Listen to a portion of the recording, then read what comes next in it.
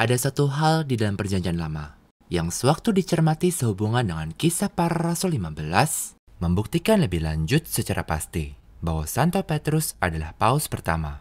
Saya belum pernah melihat poin ini dibuat oleh seorang pun sebelumnya. Tetapi sebelum kita mencermati poin yang satu ini, orang harus memahami dengan jelas bahwa ada begitu banyak bukti bahwa Yesus menjadikan Santo Petrus sebagai paus pertama dari berbagai ayat seperti Matius 16 ayat 18-19, di mana Yesus memberi Simon nama baru, yaitu Petrus, yang berarti batu karang.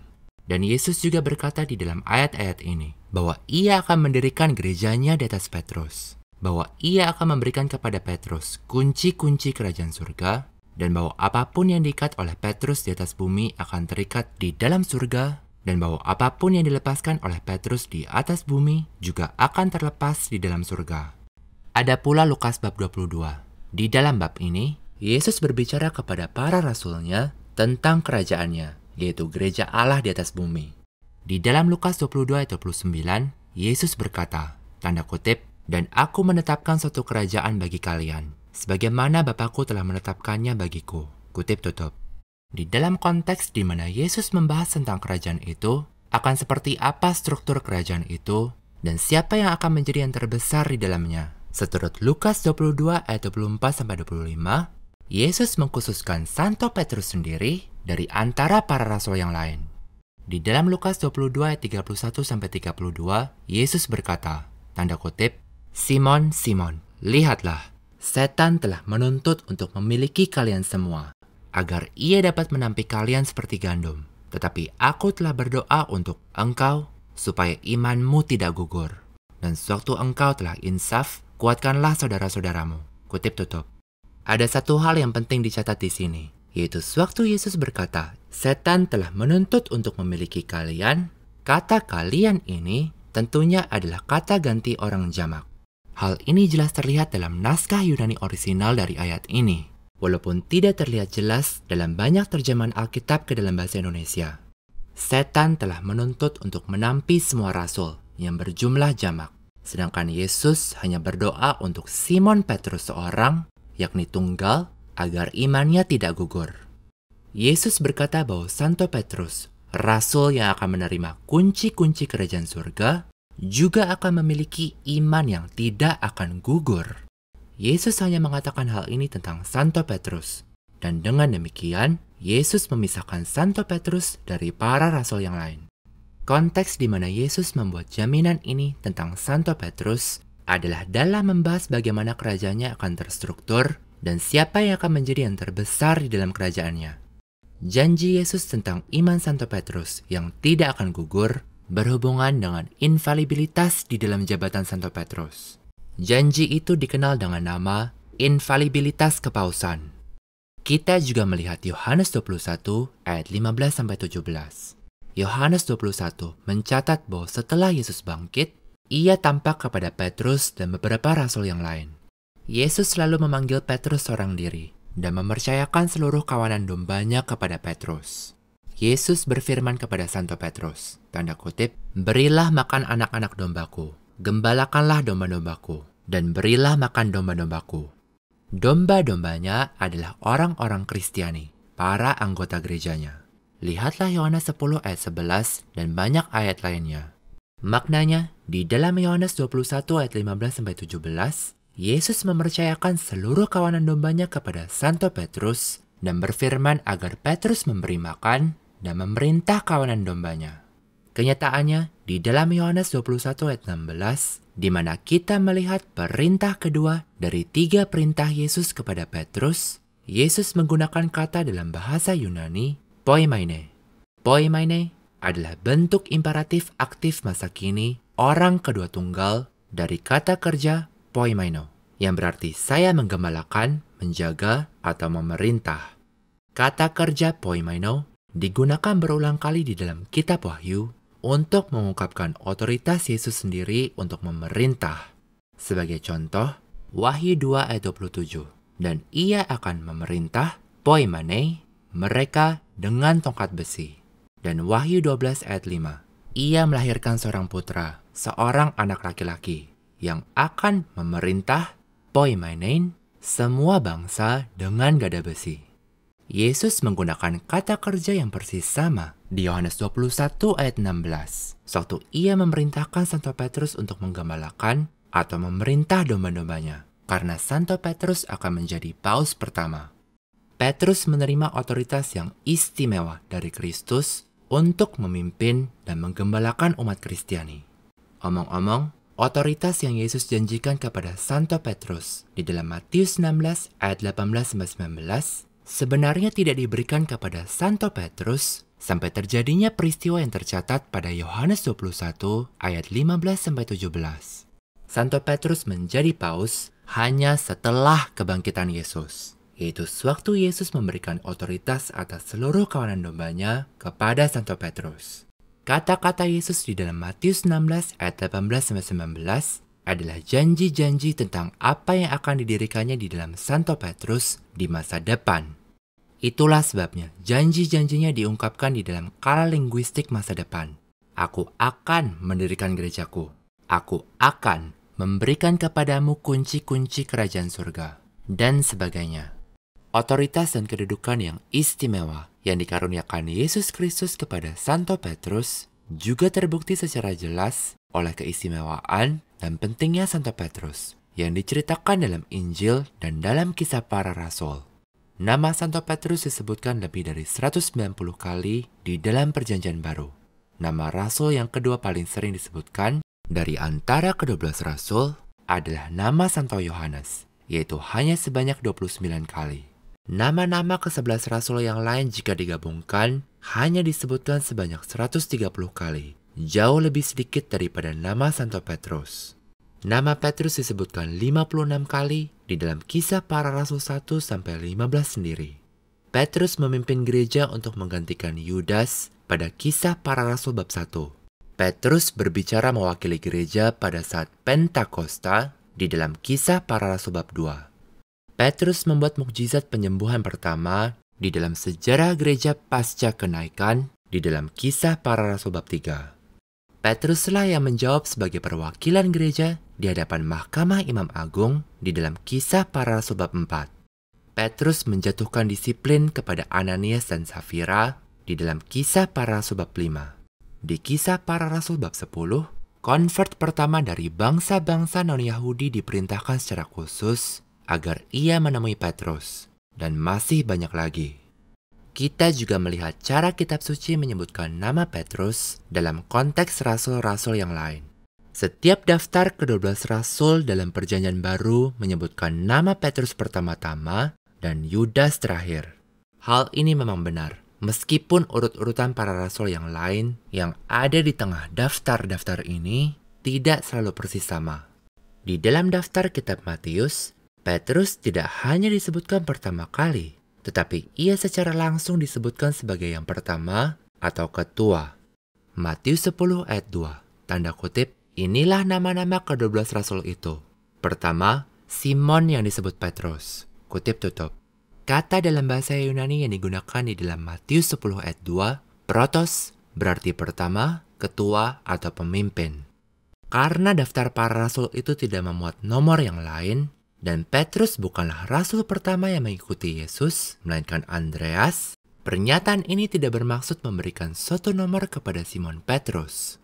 Pernyataan ini bermaksud menunjukkan bahwa ia adalah sang ketua, pemimpin, atau kepala dari ke-12 rasul. Secara harfiah, kitab Matius sedang berkata, sang ketua Petrus. Di samping itu, sewaktu nama Petrus disebutkan, para rasul yang lain sering disebutkan sebagai mereka yang berada bersama Petrus. Malaikat di dalam Markus 16 bahkan melakukannya setelah kebangkitan Yesus. Markus 16 ayat 7, tanda kutip, tetapi pergilah kalian, katakanlah kepada murid-muridnya dan kepada Petrus, bahwa ia mendahului kalian ke Galilea. Kutip tutup. Kitab suci berulang kali mengkhususkan Santo Petrus dan memisahkannya dari para rasul yang lain, karena Petruslah sang pemimpin, paus yang pertama. Sekarang, marilah kita mencermati satu bukti lebih lanjut yang mengejutkan untuk fakta ini di dalam Kisah Para Rasul. Untuk memahami poin yang satu ini, kita harus mengetahui bahwa menurut Perjanjian Baru, Yesus akan duduk di atas tahta Daud dan mewarisi kerajaannya. Allah dahulu membuat suatu perjanjian dengan Daud untuk mendirikan satu kerajaan. Monarki Daud yang merupakan kerajaan Allah di atas bumi di dalam perjanjian lama dimaksudkan sebagai suatu prototipe kerajaan Allah yang akan didirikan Yesus. Itulah alasan Yesus disebut sebagai putra Daud di dalam Injil. Itulah pula mengapa salah satu tema utama dari Injil Matius adalah kerajaan. Itulah pula mengapa Santo Petrus sendiri berkata di dalam Kisah Para Rasul 2 ayat 30 bahwa Yesus duduk di atas tahta Daud. Itulah mengapa Lukas 1 ayat 32 berkata demikian tentang Yesus. Tanda kutip, dan Tuhan Allah akan mengaruniakan kepadanya tahta Daud, bapa leluhurnya. Kutip tutup. Yesus duduk di atas tahta Daud. Tetapi, kerajaan Yesus adalah kerajaan yang bersifat rohani. Kerajaannya itu adalah gerejanya yang bukan hanya menggenapi, tetapi melampaui prototipenya, yaitu kerajaan Daud. Intinya, kerajaan Yesus yang adalah gerejanya mencontoh kerajaan Daud dan Israel di dalam perjanjian lama. Ingatlah hal ini. Sebagai contoh, para menteri kerajaan yang merupakan kabinet kerajaan Daud dan juga ke-12 suku Israel merupakan suatu prefigurasi atau gambaran lebih awal yang menandakan ke-12 Rasul Yesus di kemudian hari. Nah, di dalam Kisah Para Rasul bab 15, kita membaca tentang Konsili Yerusalem. Konsili ini adalah suatu pertemuan akbar yang sangat penting dari eklesia, yaitu gereja, yang membahas penyunatan dan cara memperlakukan orang non-Yahudi yang berkonversi menganut Injil ke depannya. Maka dari itu, pertemuan itu membahas bagaimana gereja Allah akan berkarya. Gereja Allah yang merupakan kerajaan Allah di perjanjian baru. Dan pertemuan itu juga membahas bagaimana gereja Allah akan didirikan atau diperbesar di masa depan. Di dalam Kisah Para Rasul 15 ayat 6, kita membaca bahwa tanda kutip, para rasul dan penatua-penatua berhimpun bersama untuk mempertimbangkan perkara ini. Kutip tutup. Maka, para pejabat gereja menghadiri pertemuan yang penting ini di Yerusalem. Nah, jika kita kembali meninjau perjanjian lama, dan khususnya 1 Tawarikh 28, kita membaca berlangsungnya suatu konsili yang lain. Konsili ini berlangsung pada masa pemerintahan Raja Daud dan juga bertempat di Yerusalem. Dan sebagaimana para pejabat gereja, para rasul, dan penatua-penatua menghadiri konsili Kisah Para Rasul 15 yang bertempat di Yerusalem, kita membaca di 1 Tawarikh 28 ayat 1 bahwa tanda kutip, segala pembesar Israel berhimpun di konsili perjanjian lama yang bertempat di Yerusalem. Di samping itu, konsili yang bertempat di Yerusalem yang tercatat di 1 Tawarikh 28 berhimpun untuk membahas pembangunan bait atau rumah Allah. Bait atau rumah Allah di dalam perjanjian lama adalah suatu tipe gereja perjanjian baru. Sebagai contoh, lihatlah 2 Korintus 6 ayat 16. Tanda kutip, apakah hubungan bait Allah dengan berhala? Karena kita adalah bait dari Allah yang hidup. Kutip tutup. Lihat pula Ibrani 3 ayat 6, 1 Petrus 2 ayat 5, dan berbagai ayat lain tentang hubungan antara bait Allah di perjanjian lama dan gereja Allah di perjanjian baru. Karena konsili Yerusalem di 1 Tawarikh 28 bertemu untuk membahas bagaimana bait Allah di perjanjian lama akan didirikan, konsili perjanjian lama tersebut merupakan suatu simbol atau tipe yang persis dari konsili yang berlangsung di masa depan di Kisah Para Rasul bab 15 yang juga berlangsung untuk membahas pembangunan dan pembesaran bait Allah, yaitu gereja perjanjian baru ke depannya. Kenyataannya, di dalam Kisah Para Rasul 15 ayat 16, di konsili perjanjian baru yang berlangsung di Yerusalem, kita melihat adanya rujukan langsung kepada nubuat di dalam Amos 9 ayat 11 tentang pembangunan kembali tabernakel Daud. Tabernakel Daud adalah kemah di mana tabut perjanjian disimpan sebelum pembangunan bait Allah. Maka dari itu, tabernakel Daud adalah pendahulu dari bait atau rumah Allah dan melambangkan bait atau rumah Allah itu. Kisah Para Rasul 15 ayat 16 berpesan bahwa dengan dipersatukannya bangsa-bangsa non-Yahudi ke dalam gereja, yaitu perkara yang dibahas secara khusus di dalam konsili tersebut, nubuat tentang pembangunan kembali tabernakel Daud yang merupakan bait Allah sedang digenapi. Maka konsili Yerusalem di 1 Tawarikh 28 yang berlangsung untuk membahas pembangunan bait Allah jelas merupakan tipe dari Konsili Yerusalem di Kisah Para Rasul 15 yang berlangsung untuk membahas pembangunan bait atau gereja Allah. Paralel yang jelas antara kedua konsili Yerusalem tersebut telah dijabarkan. Maka sekarang, mari kita meninjau hal berikut. Di dalam 1 Tawarikh 28 ayat 2, kita membaca, tanda kutip, Daud berdiri di tengah-tengah perhimpunan itu. Kutip tutup. Di dalam konsili di Yerusalem ini, yang berkenaan dengan pembangunan bait Allah, dan yang jelas merupakan gambaran lebih awal yang menandakan konsili Yerusalem di Kisah Para Rasul 15, orang yang dikatakan kitab suci berdiri pada perhimpunan itu adalah Sri Raja.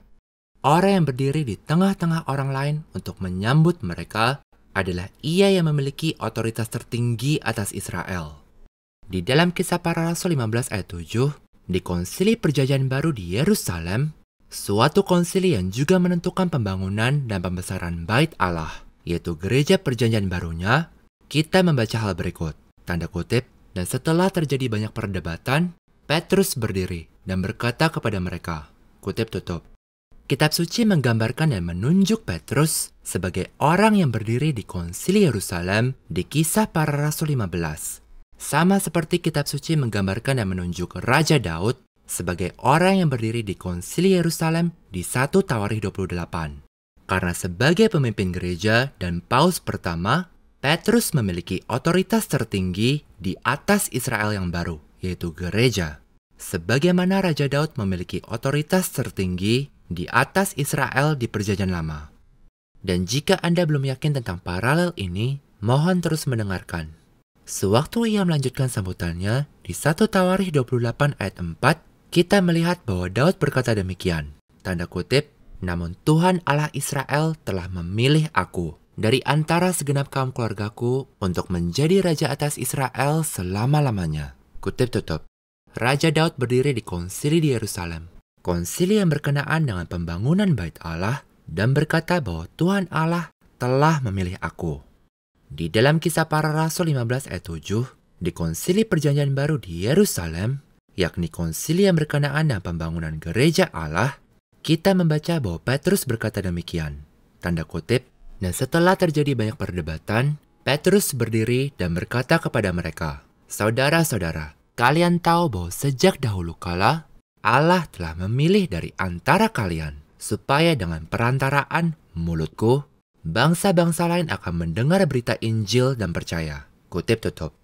Paralel ini mengejutkan dan jelas. Sabda Allah yang terilhami menggambarkan Petrus di konsili Yerusalem yang tercatat di Kisah Para Rasul 15, dengan cara yang sama kitab suci menggambarkan Raja Daud di konsili Yerusalem pada 1 Tawarikh 28. Daud berdiri di tengah-tengah orang lain dan berkata bahwa dari antara segenap kaum keluarganya, Allah telah memilih aku. Demikian pula, Petrus berdiri di tengah-tengah orang lain dan berkata bahwa dari antara kalian, yaitu dari antara para rasul, penatua-penatua, dan perwakilan gereja, Allah telah memilih perantaraan mulutku. Ada juga hal yang menarik, yaitu bahwa dalam terjemahan Yunani dari 1 Tawarikh 28 ayat 2, kata untuk perhimpunan, yang di tengah-tengahnya Daud berdiri, berbicara, dan menyatakan bahwa Allah telah memilih dirinya, adalah eklesia. Kata ini adalah kata bahasa Yunani untuk gereja, yang berulang kali digunakan di dalam Kisah Para Rasul 15 untuk menggambarkan perhimpunan gereja yang di tengah-tengahnya Petrus berdiri, berbicara, dan menyatakan bahwa Allah telah memilih dirinya. Daud dan Petrus berdiri di tengah-tengah gereja atau eklesia dan menyatakan bahwa Allah telah memilih mereka. Petrus mengatakan dan melakukan apa yang dikatakan dan dilakukan Daud. Persisnya karena Petrus memiliki otoritas tertinggi di atas gereja perjanjian baru. Seperti bagaimana Raja Daud memiliki otoritas tertinggi di atas Israel. Gereja adalah Israel milik Allah. Lihatlah Galatia 6 ayat 16. Kenyataan ini kembali ditegaskan oleh perkataan Septuaginta atau LXX. Septuaginta atau LXX adalah terjemahan perjanjian lama ke dalam bahasa Yunani. Terjemahan ini adalah versi perjanjian lama yang paling sering dikutip oleh para penulis yang terilhami di dalam perjanjian baru. Di dalam versi Septuaginta dari 1 Tawarikh 28 ayat 4, kita membaca bahwa sewaktu Raja Daud berkata, Allah telah memilih aku, kata untuk telah memilih adalah exselexato. Ini adalah bentuk indikatif medial aoristus, orang ketiga tunggal dari kata kerja bahasa Yunani, eklego, yang berarti saya memilih, menunjuk, atau menyeleksi. Di dalam Kisah Para Rasul 15 ayat 7, sewaktu Petrus berdiri dan berkata bahwa Allah telah memilih perantaraan mulutku, kata yang digunakan untuk telah memilih bukan hanya berasal dari kata kerja yang sama, tetapi juga kata yang persis sama yang kita temukan di dalam 1 Tawarikh 28 ayat 4, ex elexato. Teks kitab suci yang terilhami ini memberi kita suatu paralel yang sangat mengejutkan antara kedua konsili Yerusalem dan kata-kata serta perbuatan dari para pemimpin kedua konsili tersebut. Untuk menegaskan lebih lanjut bahwa Allah telah memilih Petrus untuk memiliki otoritas tertinggi di atas Israel yang baru, yaitu gereja. Sebagaimana Allah telah memilih Raja Daud untuk memiliki otoritas tertinggi di atas Israel di dalam Perjanjian Lama. Dan seperti halnya jabatan Raja Daud yang memiliki para penerus, jabatan Santo Petrus juga memiliki para penerus. Kenyataannya, di dalam 1 Tawarikh 28, Raja Daud lalu berkata bahwa meskipun Allah telah memilihnya sebagai raja atas Israel, penerusnya lah yaitu Raja Salomo yang sebenarnya akan mendirikan bait Allah. Di dalam 1 Tawarikh 29 ayat 1, Raja Daud juga menjelaskan bahwa Salomo sebagai penerusnya adalah tanda kutip satu-satunya yang telah dipilih Allah. Hal ini menunjukkan lebih lanjut bahwa Allah hanya memilih satu orang untuk menjadi raja, dan bahwa raja itu memiliki para penerus di dalam jabatan yang istimewa itu. Demikian pula, Allah telah memilih Petrus untuk menjadi batu karang fondasi gereja dan pemilik kunci-kunci kerajaan surga. Tetapi para penerusnya, yaitu para paus di masa depan, akan menuntaskan perluasan atau pertumbuhan bait Allah, yaitu gereja. Seraya para konvert yang baru terus masuk ke dalam tubuh Kristus di sepanjang sejarah. Otoritas Santo Petrus di Konsili Yerusalem juga terlihat jelas dari fakta bahwa sebelum pidatonya, terjadi banyak perdebatan, tanda kutip, dan setelah terjadi banyak perdebatan, Petrus berdiri, kutip tutup. Namun segera setelah Petrus mengakhiri kata-katanya di dalam Kisah Para Rasul 15 ayat 11, ayat yang persis selanjutnya berkata, tanda kutip, lalu diamlah seluruh khalayak itu, dan mereka mendengarkan Barnabas dan Paulus, kutip tutup. Perhatikan, teks kitab suci yang terilhami menyebutkan diamnya khalayak segera setelah Petrus menuntaskan kata-katanya. Oleh karena itu, kitab suci mengajarkan adanya perdebatan yang sedang berlangsung sebelum pidato Petrus. Tetapi perdebatan itu berakhir segera setelah posisi Petrus disampaikan dan setelah pidatonya tuntas.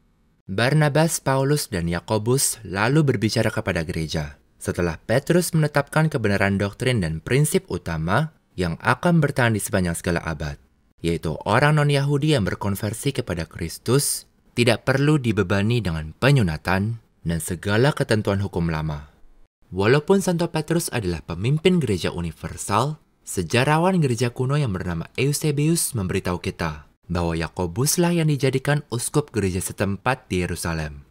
Harus dicatat pula bahwa dengan pengecualian yaitu larangan untuk imoralitas seksual atau percabulan yang tentunya bersumber dari hukum ilahi dan diulangi di banyak tempat di dalam Perjanjian Baru, usul yang diberikan oleh Yakobus di Konsili Yerusalem agar para konvert dari bangsa-bangsa non-Yahudi menjauhkan diri dari makanan yang telah dikorbankan kepada berhala, dari darah, dan dari hal-hal yang mati dicekik. Usul Yakobus yang diterapkan oleh para rasul ini berkenaan dengan disiplin gereja dan bukan dengan dogma. Usul Yakobus ini adalah kebijakan disiplin yang diterapkan oleh gereja pada masa apostolik itu. Masa di mana suatu gereja Kristus yang tunggal sedang terbentuk dari orang-orang yang dahulunya menaati hukum lama dan dari bangsa-bangsa lain yang tidak mematuhi hukum tersebut. Lihatlah 1 Korintus 8, 1 Korintus 10 ayat 25-29, dan surat bula dogmatis Cantate Domino dari Konsili Florence dari Gereja Katolik sebagai bukti bahwa ketentuan di Kisah Para Rasul 15 ayat 29 untuk menghindari konsumsi makanan-makanan tertentu itu hanyalah suatu kebijakan disiplin yang bersifat sementara dan bukan hukum atau ajaran dogmatis yang tidak terpisahkan dari iman akan Kristus. Ketentuan tersebut sama sekali berhenti berlaku dan tidak lagi mengikat setelah periode apostolik. Jadi, apa yang dibahas dan diusulkan oleh Yakobus pada Konsili Yerusalem adalah suatu kebijakan disiplin. Namun apa yang dinyatakan oleh Santo Petrus adalah kebenaran dogmatis yang akan terus berlaku pada seluruh sejarah gereja, yaitu bahwa orang-orang yang berkonversi dari bangsa non-Yahudi kepada gereja Kristus tidak perlu menaati penyunatan dan ketentuan-ketentuan lainnya dari hukum lama. Prinsip dogmatis ini akan menentukan semua keturunan orang Kristiani di masa depan dan menetapkan bagaimana gereja akan didirikan atau diperbesar di sepanjang segala abad. Itulah mengapa prinsip dogmatis tersebut dipermaklumkan oleh Santo Petrus, kepala gereja, rasul yang berdiri pertama-tama di tengah perimpunan dan yang kata-katanya mendiamkan perdebatan. Otoritas Santo Petrus atas gereja juga merupakan alasan yang persis mengapa konvert pertama dari bangsa non-Yahudi yang bernama Cornelius secara khusus diberitahu agar ia menemui Santo Petrus, pemimpin gereja. Itulah juga persisnya mengapa hanya Santo Petrus seorang dirilah yang diberi penglihatan yang agung yang tercatat di Kisah Para Rasul 10 ayat 10-16. Penglihatan ini menandakan bahwa larangan-larangan hukum lama tentang makanan yang haram telah berakhir. Dan penglihatan ini juga akan membentuk seluruh sejarah gereja di masa depan. Allah menyampaikan aturan dogmatis yang diinginkannya sebagai pedoman seluruh gereja kepada kepala gereja, Santo Petrus, agar sekalinya pemimpin gereja memberitakan kebenaran tentang hal tersebut, para pengikut gereja di bawah otoritas Santo Petrus akan menerima aturan itu. Patut dicatat pula bahwa sewaktu Yakobus mulai berbicara, ia membuat suatu rujukan kepada apa yang sudah dikatakan oleh Simon Petrus. Kisah Para Rasul 15 ayat 14. Tanda kutip, Simon telah menceritakan bagaimana Allah sejak semula mengunjungi bangsa-bangsa lain. Kutip tutup. Sewaktu Yakobus mulai berceramah, ia dengan hormat menyebutkan pidato Santo Petrus. Tetapi sewaktu Petrus mulai berbicara, ia tidak merujuk kepada orang lain, tidak seorang pun. Petrus hanya menyebutkan bagaimana Allah telah memilih dirinya. Fakta-fakta ini jelas membuktikan kepausan, dan bobot fakta-fakta ini seharusnya terlihat lebih jelas sewaktu kita mengingat bahwa Yesus duduk di atas tahta Daud. Yesus adalah Raja, Allah benar dan manusia benar. Yesus adalah pendiri gereja dan penerus terakhir dari tahta Daud. Tetapi Yesus memberikan otoritasnya, kunci-kunci kerajaannya, dan amanat untuk menggembalakan domba-dombanya kepada Santo Petrus. Maka jabatan yang diemban oleh Santo Petrus adalah jabatan Perdana Menteri atau Vikaris Yesus sewaktu kita memandang Yesus sebagai Raja. Tetapi sewaktu Yesus meninggalkan bumi dan naik ke surga, ia memberikan otoritasnya atas gereja kepada Santo Petrus. Dan Petrus dengan demikian memegang posisi Raja. Itulah mengapa posisi Petrus di dalam kitab suci sejajar dengan posisi Perdana Menteri di bawah Raja-Raja Perjanjian Lama dan posisi Raja Daud sendiri, seperti yang baru saja kita lihat. Di dalam monarki Daud, kita bukan hanya mendapati seorang raja yang memimpin seluruh rakyat, tetapi kita juga melihat bahwa Sri Raja memiliki kabinet rajani. Kabinet kerajaan Yesus yang sejajar dengan ke-12 suku Israel, dan kabinet rajani dalam monarki Daud adalah ke-12 rasul. Tetapi dari antara semua menteri raja dalam monarki Daud, ada seorang menteri yang istimewa, yang otoritasnya melampaui otoritas para menteri lainnya. Ialah sang Perdana Menteri, yaitu menteri yang menjaga rumah Sri Raja. Di dalam Yesaya 22, kita membaca bahwa sang Perdana Menteri memiliki kunci rumah Daud. Tanda kutip, pada hari itu, aku akan memanggil hambaku, Eliakim bin Hilkia, dan aku akan menjubahinya dengan jubahmu Sepna, dan aku akan mengikatkan ikat pinggangmu kepadanya. Dan pemerintahanmu akan kuserahkan ke dalam tangannya. Dan ia akan menjadi seorang bapa bagi para penghuni Yerusalem dan bagi kaum Yehuda. Dan aku akan menempatkan kunci rumah Daud di atas bahunya. Ia akan membuka, dan tiada seorang pun yang akan menutup. Dan ia akan menutup, dan tiada seorang pun yang akan membuka. Kutip tutup. Ayat ini memberitahu kita bahwa Perdana Menteri Raja memiliki kunci rumah. Kunci rumah itu menandakan kuasa atas rumah Raja. Sang Perdana Menteri juga memiliki para penerus. Sang Perdana Menteri memiliki kekuatan untuk membuka sehingga tidak ada orang yang akan menutup, dan menutup sehingga tidak ada orang yang akan membuka. Tidak dapat dipungkiri bahwa ayat-ayat kitab Yesaya ini sungguh sangat sejajar dengan Matius 16 ayat 18-19, di mana Yesus berkata bahwa Santo Petrus akan menerima kunci-kunci kerajaan, dan bahwa apapun yang diikat oleh Santo Petrus di atas bumi akan terikat di dalam surga, dan bahwa apapun yang ia lepaskan di atas bumi akan terlepas di dalam surga. Yesus telah menetapkan Santo Petrus dan para penerusnya sebagai para Perdana Menterinya. Dan sewaktu Yesus meninggalkan bumi, setelah ia mempercayakan kawanan dombanya kepada Santo Petrus berdiri sebagai wakil Yesus dan memegang tempat Yesus sebagai pemimpin dan pemerintah gereja. Itulah mengapa kedudukan Petrus di sepanjang kisah para rasul adalah kedudukan pemimpin gereja. Dan itulah mengapa peranan Petrus di Konsili Yerusalem sejajar dengan kedudukan Raja Daud. Seperti yang dibuktikan oleh fakta-fakta ini kepada semua orang yang berkehendak baik, orang-orang Protestan dan para non-Katolik lainnya yang menolak kepausan salah. Sama sekali tiada keraguan bahwa posisi mereka salah. Mereka tidak memiliki iman Kristiani yang sejati. Sewaktu mereka menyangkal kepausan, mereka menyangkal jabatan dan posisi yang ditetapkan oleh Yesus Kristus sendiri. Sewaktu mereka menyerang kepausan, mereka menyerang institusi yang telah didirikan oleh Allah sendiri.